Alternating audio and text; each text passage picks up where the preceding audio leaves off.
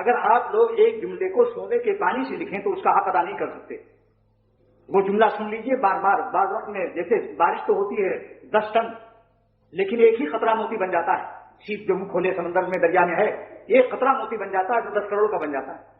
اس بارش تو بعض میں بہت ہے، لیکن یہ جملہ اس کو اگر آپ اپنی روح اور دل کے سیپ منہ کھول کر اس کو اندر رکھ لیں تو 10 کروڑ کا موتی بن جائے گا. وہ کیا جملہ ہے کہ اللہ کے سوا کسی چیز پر اپنی زندگی کا سہارا، دل کے بہلانے کا سہارا، اپنے قلب کے سکون کی بنیاد مت ڈالو. دلیل کیا ہے؟ دلیل یہی ہے کہ ان کی زندگی آپ کے اختیار میں نہیں ہے. کوئی چیز آپ کے اختیار میں نہیں ہے. فانی چیزوں کا سہارا بنانا، فانی چیزوں کا سہارا بنانا کیا ہے؟ یہ پھر سوچ لیجیے.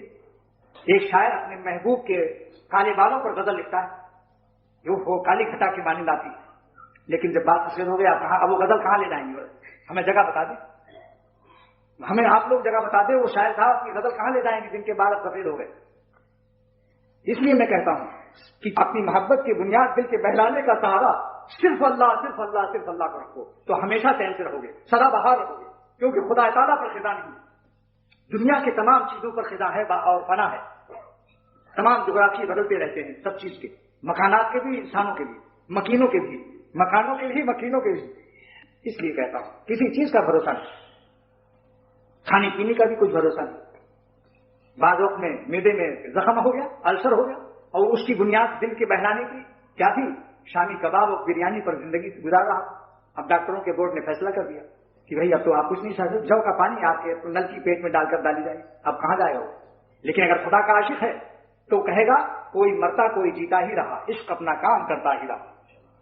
کوئی مرتا کوئی جیتا ہی رہا، ساری دنیا میں کچھ ہوتا رہے. اگر عالم سراسر بات گیرت، ساری دنیا آندھی سے بھر جائے، چراغ مقبلہ ہرگز نہ میرت، خدا کے عاشقوں کا چراغ نہیں ہوتا. اگر عالم سراسر بات گیرت، یہ سارا جہان میں آندھی چل جائے، لیکن مراغبی فرماتے ہیں دیوان شمس تبریز میں، چراغ مقبلہ ہرگز نہ میرت، اللہ کے عاشقوں کا چراغ نہیں بجھتا ہے.